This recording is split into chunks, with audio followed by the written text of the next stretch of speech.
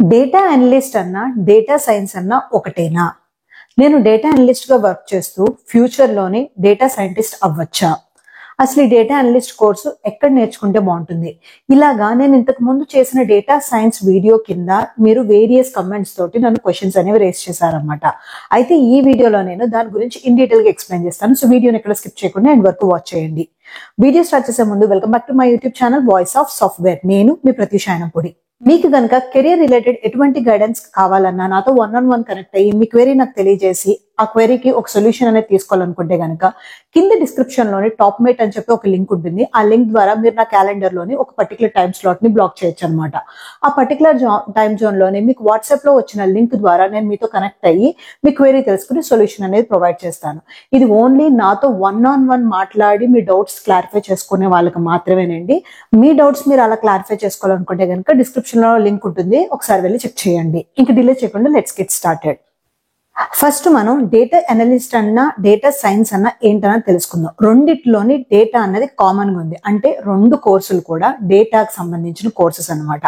అసలు ఈ డేటా అంటే ఏంటి అని అడిగితే గనక ప్రతి కంపెనీలోని డేటా అనేది ఒక చాలా ఇంపార్టెంట్ అండ్ క్రూషియల్ రోల్ అనేది ప్లే చేస్తుంది అనమాట. డేటా అంటే డిఫరెంట్ విధానాలుగా మనం చెప్పుకోవచ్చు, వేరు విధానాలుగా మనం చెప్పుకోవచ్చు అనమాట. ఎంప్లాయీస్ డీటెయిల్స్ కానీ, కస్టమర్ డీటెయిల్స్ కానీ, క్లయింట్ యొక్క డీటెయిల్స్ కానీ, మనం దీని అన్నింటినీ కూడా డేటా అంటాం. డీటెయిల్స్ అంటే ఏంటని అనుకుంటారు మీరు? ఎంప్లాయీ నేమ్ కానీ, తన ఏజ్ కానీ, తన ఈమెయిల్ ఐడి కానీ, ఫోన్ నెంబర్ కానీ, ఇవన్నీ డేటాలోకే వస్తుంది అనమాట. అయితే వీటితోటి కంపెనీకి ఏంటి యూజు అని అడిగితే గనక ఈ డేటాను పట్టుకునే అసలు కంపెనీకి గ్రోత్ అనేది ఎలాగ మనం తీసుకురావాలి అన్నది ఒక అనాలిసిస్ అనేది చేసి దానిపైన వర్క్ చేస్తూ ఫోకస్ చేసి కంపెనీ గ్రోత్ కి అనేది ఇంప్రూవ్ చేసుకోవడానికి ట్రై చేస్తారనమాట. సో మీరు బిగ్ డేటాని వినే ఉంటారు కదా.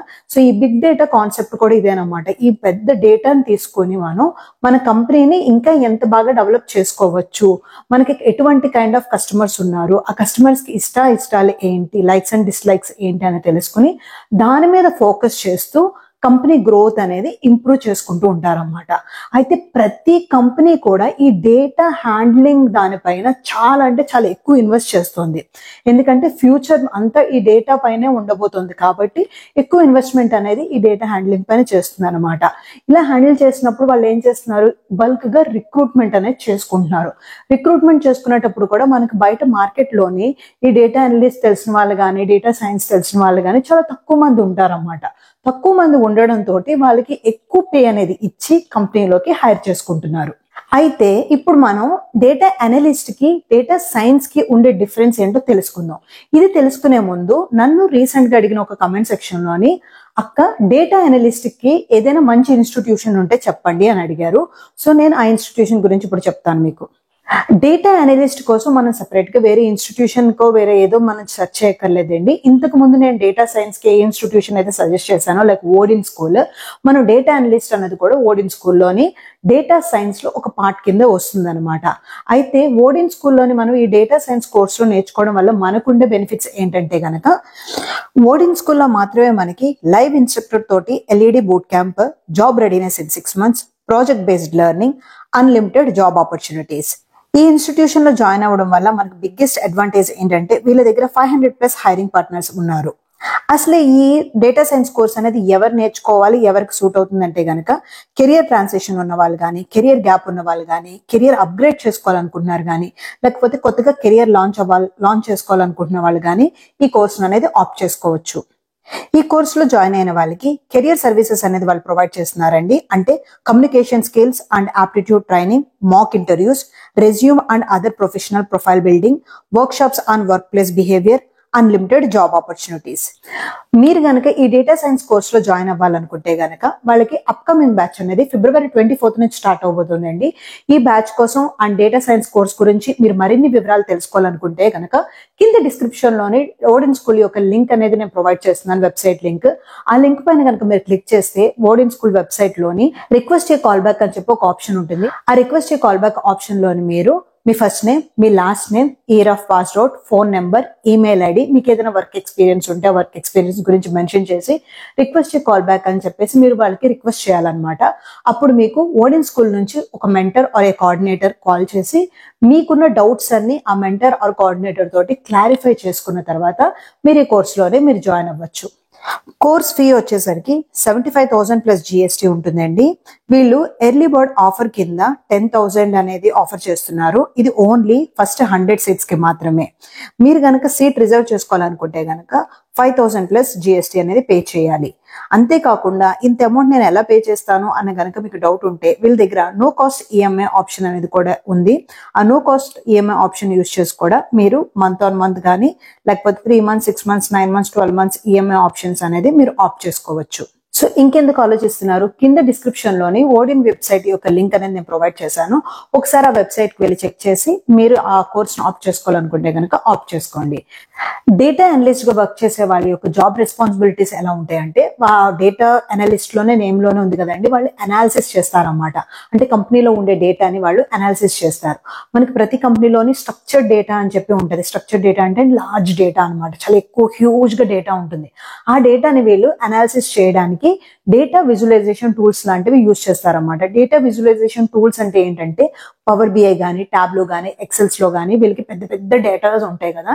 ఈ డేటాని మన ఒక క్లయింట్ కానీ లేకపోతే ఒక కస్టమర్ కానీ చూసేటప్పుడు అది క్లమ్జీగా ఉంటది. లైక్ ఒక 1 lakh 2 lakhs rows of content అనేది మనకి ఎక్సెల్ ఫైల్స్ లో ఉన్నప్పుడు ఆ డేటా అనేది కన్ఫ్యూజన్ గా ఉంటుంది అన్నమాట, సరిగ్గా అర్థం కాదు మనకి.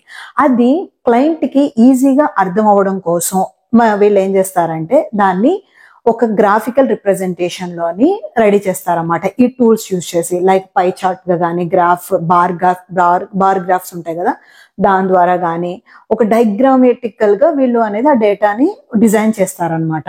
సో వాళ్ళు అలా డేటాని రెడీ చేసినప్పుడు ఎప్పుడైతే ఎండ్ యూజర్ దాన్ని చూసినప్పుడు వాళ్ళకి ఈజీగా అర్థమవుతుంది. ఓకే, ఇంతమంది ఎంప్లాయీస్ ఉన్నారు, వాళ్ళ ఫోన్ నెంబర్స్ ఇన్ని ఉన్నాయి, వాళ్ళ ఈమెయిల్ ఐడీస్ ఇంత ఉన్నాయి. నేను ఎగ్జాంపుల్ కి చెప్తున్నానండి, జస్ట్ మీకు పైన అర్థం అవ్వాలని చెప్పేసి.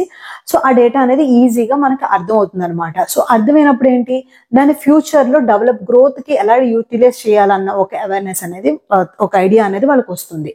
ఇది డేటా అనలిస్ట్ జాబ్ వాళ్ళు చేసేది. ఇది నేను మీకు సింపుల్ గా చెప్పాను, బట్ దీంట్లోనే చాలా ఉంటాయి అన్నమాట మనం తెలుసుకునేవి. ఓకే, నెక్స్ట్ వచ్చేసరికి డేటా సైన్స్ అన్న వాళ్ళు ఏం చేస్తారనంటే గనక, ఈ డేటా అనలిస్ట్ వాళ్ళు ప్రొవైడ్ చేసిన ఇన్ఫర్మేషన్ ఏదైతే ఉండిందో అది కంపెనీ గ్రోత్ అవ్వడానికి ఎలా యూటిలైజ్ చెయ్యాలి అన్నదాన్ని ఫోకస్ చేస్తారన్నమాట.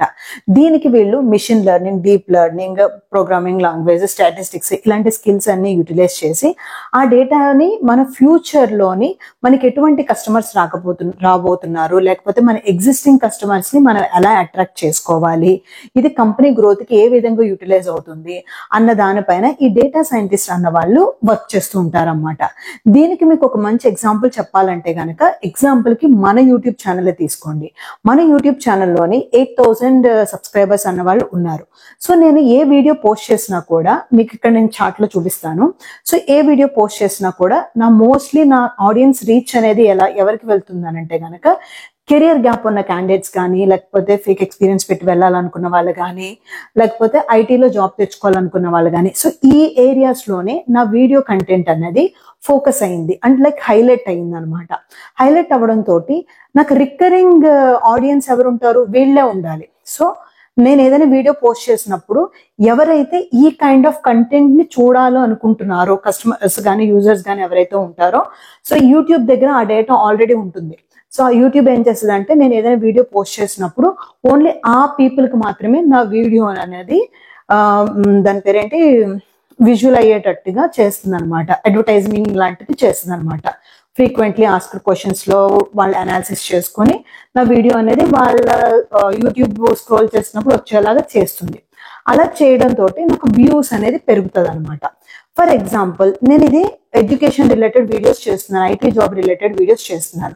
మీరు గనక నా ఛానల్లో చూసుకున్నట్టయితే నేను ఒక 2-3 వీడియోస్, కుకింగ్ వీడియో ఒకటి, బ్లాగింగ్ వీడియో ఒకటి పోస్ట్ చేశాను. సో అది ఒకటి H1B గురించి లాస్ట్ వీక్ పోస్ట్ చేశాను.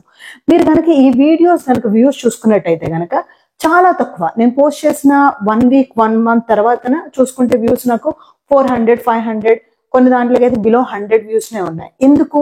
నా ఆడియన్స్ దీనికి సంబంధించిన వాళ్ళు కాదు. సో దీనికి సంబంధించింది కానప్పుడు నేను దీని మీద వర్క్ చేసి వేస్ట్, ఎందుకంటే నాకు ఎటువంటి బెనిఫిట్ ఉండదు. సో నేను ఎప్పుడు కూడా నా ఆడియన్స్ పర్స్పెక్టివ్ లో ఆలోచించి వాళ్ళకి ఏది కావాలో అది ఇవ్వడానికి నేను ప్రయత్నించాలి. సిమిలర్ గానే ఈ డేటా సైన్స్ వాళ్ళు కూడా చేసేది అదేనమాట. సో వాళ్ళు ఎప్పుడైతే డేటాను గ్యాదర్ చేస్తున్నారో వాళ్ళ యొక్క ప్రీవియస్ కస్టమర్స్ కానీ ప్రీవియస్ యూజర్స్ కానీ ఉండే వాళ్ళ యొక్క డేటాను గ్యాదర్ చేసి ఫ్యూచర్ లోని వీళ్ళని అట్రాక్ట్ చేయడానికి మనం ఇంకా మన కంపెనీలో ఏమేమి డెవలప్ చేయాలి అన్న దానికోసం వాళ్ళు అనాలిసిస్ చేసి దానిపైన ఫోకస్ అనేది చేస్తారన్నమాట. సో నేను చెప్పిన ఈ ఎగ్జాంపుల్స్ తోటి మీకు అసలు ఈ డేటా సైంటిస్ట్ అంటే ఏంటి, డేటా అనలిస్ట్ అంటే ఏంటన్నో ఒక ఐడియా వచ్చిందని అనుకుంటున్నాను నేను. ఈ డేటా సైన్స్ అనేది ఒక పెద్ద సముద్రం లాంటిది, దీంట్లో ఒక పార్టే ఈ డేటా అనలిస్ట్ అనమాట.